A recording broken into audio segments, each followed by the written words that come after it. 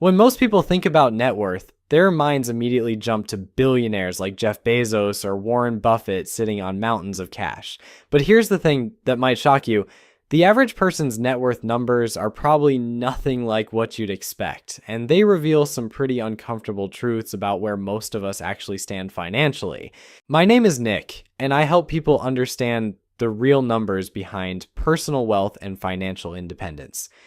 If you're curious about how your financial situation compares to everyone else, or if you want to know whether you're actually doing better or worse than you think, make sure to hit that subscribe button and give this video a like if it helps clarify things for you.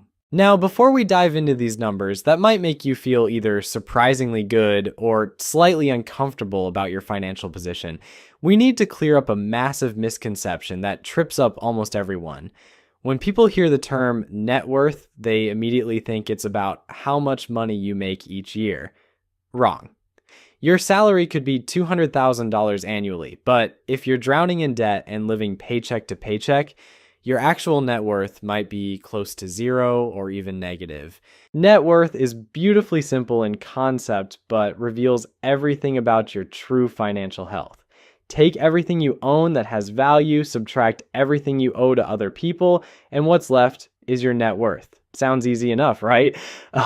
Well, the reality of calculating this number often becomes a wake-up call that many people aren't prepared for. Let's walk through how this actually works with a real example. Imagine you own a home worth $400,000, drive a car worth $30,000, and have various other possessions, bank accounts, and investments totaling another $20,000. On paper, you're looking at $450,000 in total assets. Not bad, you might think. But here's where reality kicks in. You still owe $280,000 on your mortgage, $15,000 on your car loan, and let's say you've got $8,000 in credit card debt because life happens. That's $303,000 you owe to various lenders. Subtract that from your assets, and your actual net worth is $147,000. Still respectable, but significantly less impressive than that initial $450,000 figure, isn't it? This is exactly why so many people have a distorted view of their financial position. They focus on what they own without properly accounting for what they owe. The Federal Reserve conducts a comprehensive survey every 3 years to track exactly where American households stand financially. And let me tell you, the results are eye-opening. The most recent data reveals some numbers that will probably surprise you, and not necessarily in a good way. When researchers calculated the average net worth across all American households, they found a number that seems almost too good to be true, $748,000. Before you start feeling terrible about your own situation, there's a crucial detail you need to understand about this figure. That average gets completely skewed by the ultra-wealthy. When you have billionaires and multimillionaires in the mix, their massive wealth pulls that average way up, making it seem like everyone's doing much better than reality suggests. It's like saying the average height in a room is 7 feet when there's one basketball player and 9 average-sized people. The median net worth tells a much more realistic story about where typical American families actually stand.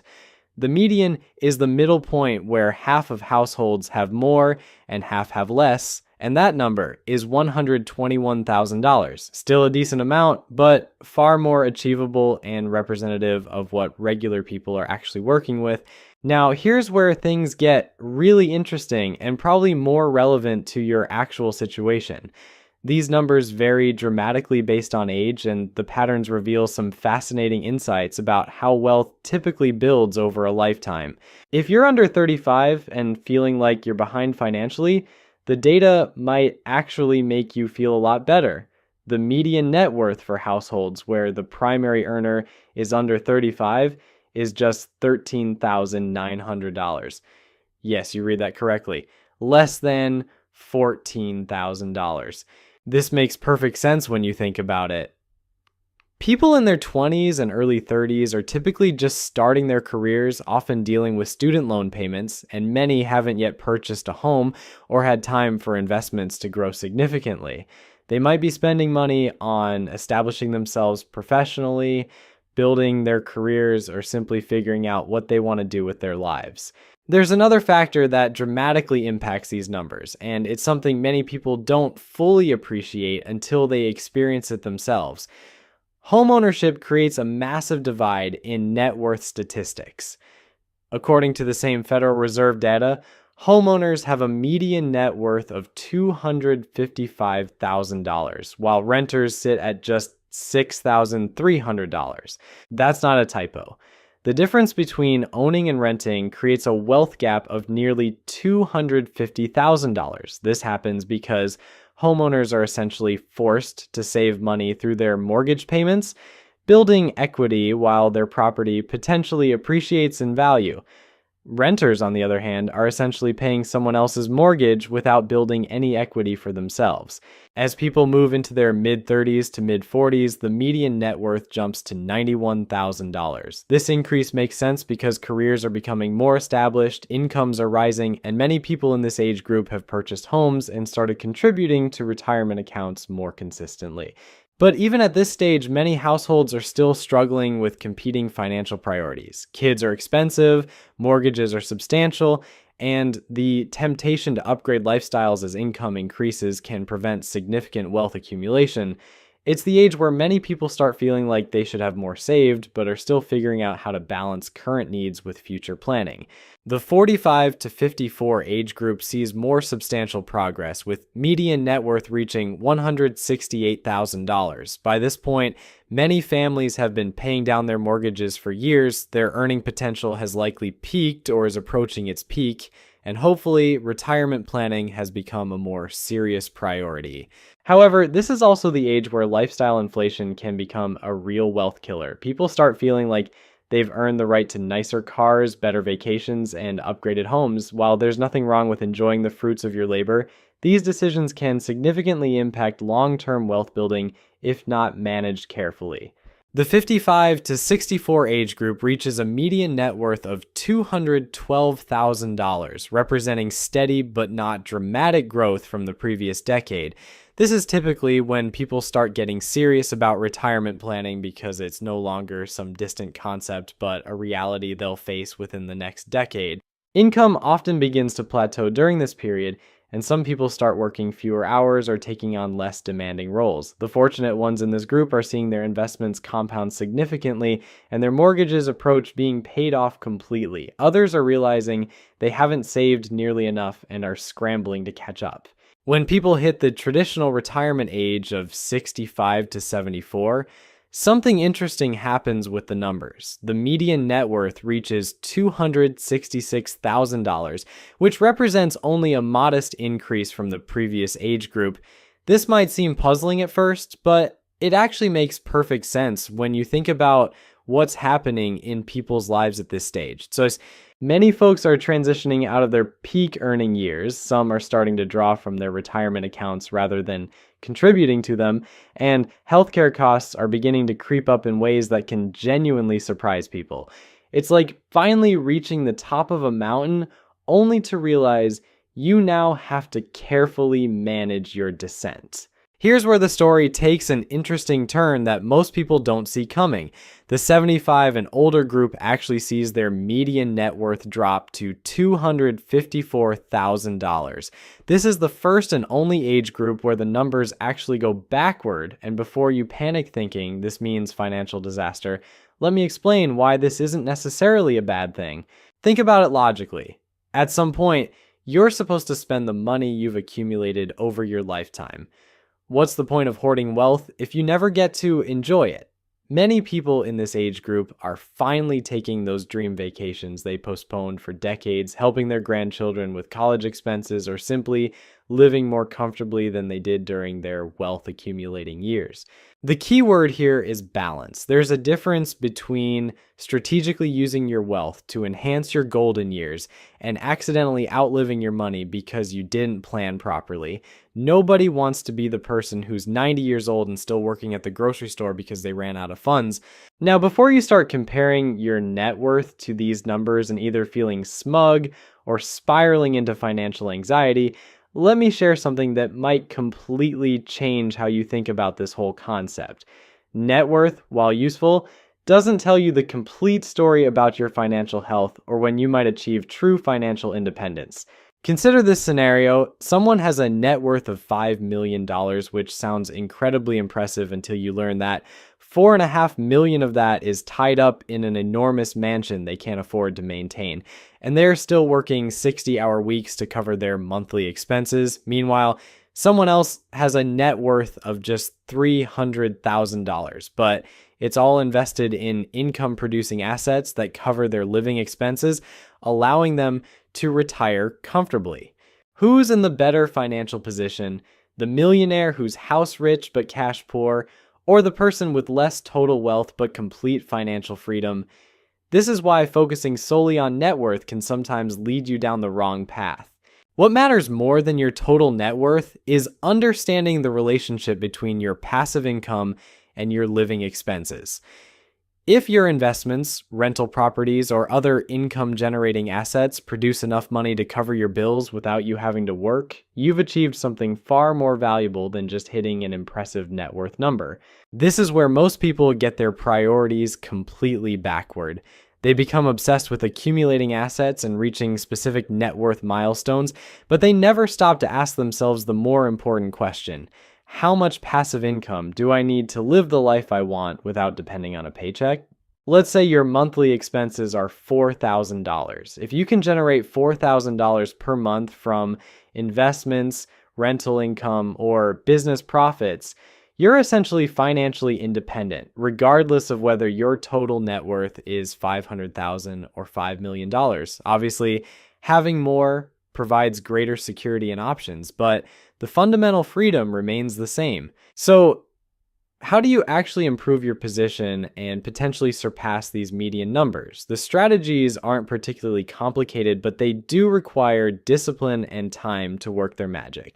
First, you've got to tackle the debt side of the equation. Every dollar you owe to someone else is a dollar working against your net worth, and high-interest debt like credit cards can absolutely destroy your wealth-building efforts. If you're carrying credit card balances at 18 or 25% interest rates, paying those off often provides a better guaranteed return than any investment you could make. Think about it this way.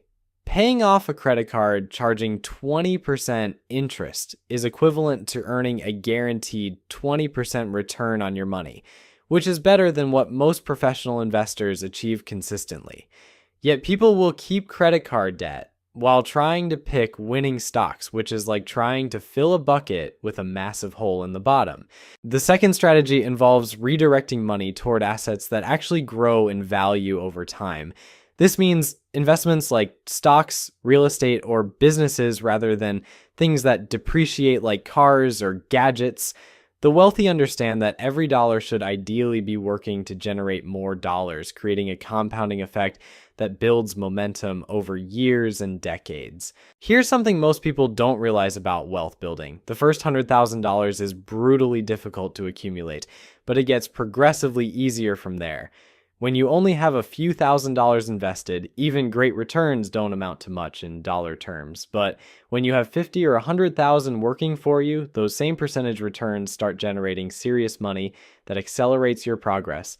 The third piece involves controlling your expenses without making yourself miserable in the process. This doesn't mean living like a monk and never enjoying anything, but it does mean being intentional about where your money goes. Many people unconsciously increase their spending every time their income rises, which keeps them trapped in the same financial position despite earning more money. The wealthy have a different relationship with money increases. When they get a raise or bonus, they typically save or invest most of it rather than immediately upgrading their lifestyle. This allows their wealth to compound much faster because they're consistently adding fuel to the fire rather than just maintaining the same small flame. Creating additional income streams represents the fourth strategy, and this has become easier than ever in today's economy. Whether it's freelancing skills you already possess, starting an online business, or developing passive income through investments, Having money coming from multiple sources provides both security and acceleration in your wealth building journey. The final element, and perhaps the most important one, is simply understanding that building meaningful wealth takes time. We live in a culture that promises instant everything, but compound growth requires patience and consistency over years and decades. The people with impressive net worths didn't get there overnight, and trying to rush the process often leads to poor decisions that set you back rather than moving you forward. The reality is that most people are playing a completely different game than they think they're playing when it comes to building wealth. They're focused on looking wealthy rather than actually becoming wealthy. And there's a massive difference between the two approaches that these net worth statistics reveal in fascinating ways. Here's what I find genuinely amusing about human psychology and money. People will finance a $60,000 truck to look successful while their actual net worth sits at negative $20,000. Meanwhile, the millionaire next door might be driving a 10-year-old Honda and wearing clothes from Target. Guess which one is sleeping better at night? This brings up something that doesn't show up in these Federal Reserve numbers, but explains a lot about why so many people struggle to build wealth despite having decent incomes. It's what I call the Instagram economy effect. Social media has created this constant pressure to showcase a lifestyle that often exists only in carefully curated photos and borrowed luxury. People see their friends posting vacation photos from expensive resorts, showing off new cars or flaunting designer purchases, and they assume everyone else is doing better financially than they actually are. What you don't see in those photos are the credit card statements, the stress about making payments, or the complete lack of any emergency savings behind all that apparent prosperity. The truth is that many of those seemingly successful people posting the glamorous lifestyle shots have net worths that would shock you, and not in a good way. They've mastered the art of looking wealthy while remaining broke, which is essentially the opposite of what actually builds long-term financial security. This phenomenon helps explain why the median net worth numbers we discussed earlier are lower than most people would expect. A significant portion of the population is essentially spending their way to poverty while maintaining the appearance of success. It's like being the best dressed person at the bankruptcy hearing. Now, let me share something that might completely change how you view your own financial progress.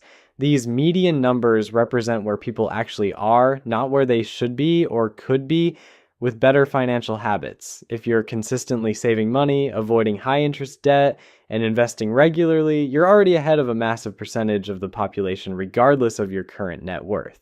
Think about what this means practically. If you're 30 years old with a net worth of $50,000, you might feel behind because that number seems small, but you're actually doing better than the median for your age group and significantly better than people who are living paycheck to paycheck despite earning more money than you do.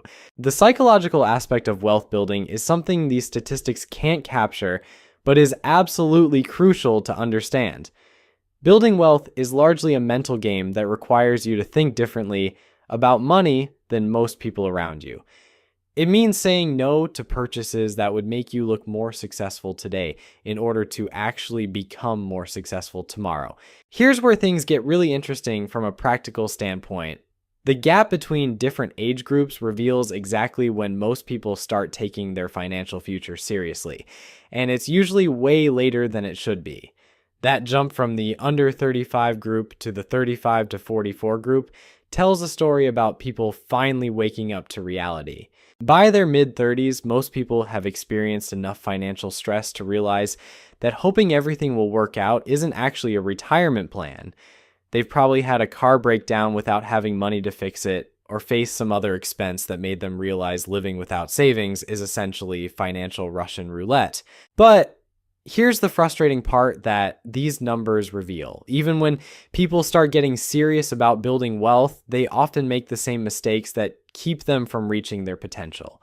They focus on complex investment strategies when they haven't mastered the basics, or they try to time the market instead of just consistently putting money away.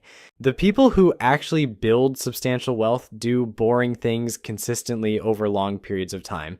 They max out their retirement account contributions, they buy index funds, and forget about them for decades. They pay extra on their mortgages, and they avoid lifestyle inflation even when their incomes increase significantly.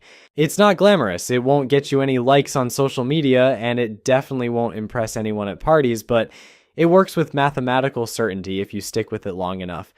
The compound growth that builds real wealth happens slowly at first, then all at once, which is why most people give up right before things start getting interesting. So there you have it. The real numbers behind American net worth that probably weren't what you expected. Whether you're feeling encouraged or slightly terrified by these statistics, remember that knowing where you stand is the first step toward improving your position. Don't get caught up chasing the appearance of wealth while ignoring the fundamentals that actually build it. Start where you are, be consistent with the basics, and let time work its magic. Your future self will thank you for the boring financial decisions you make today.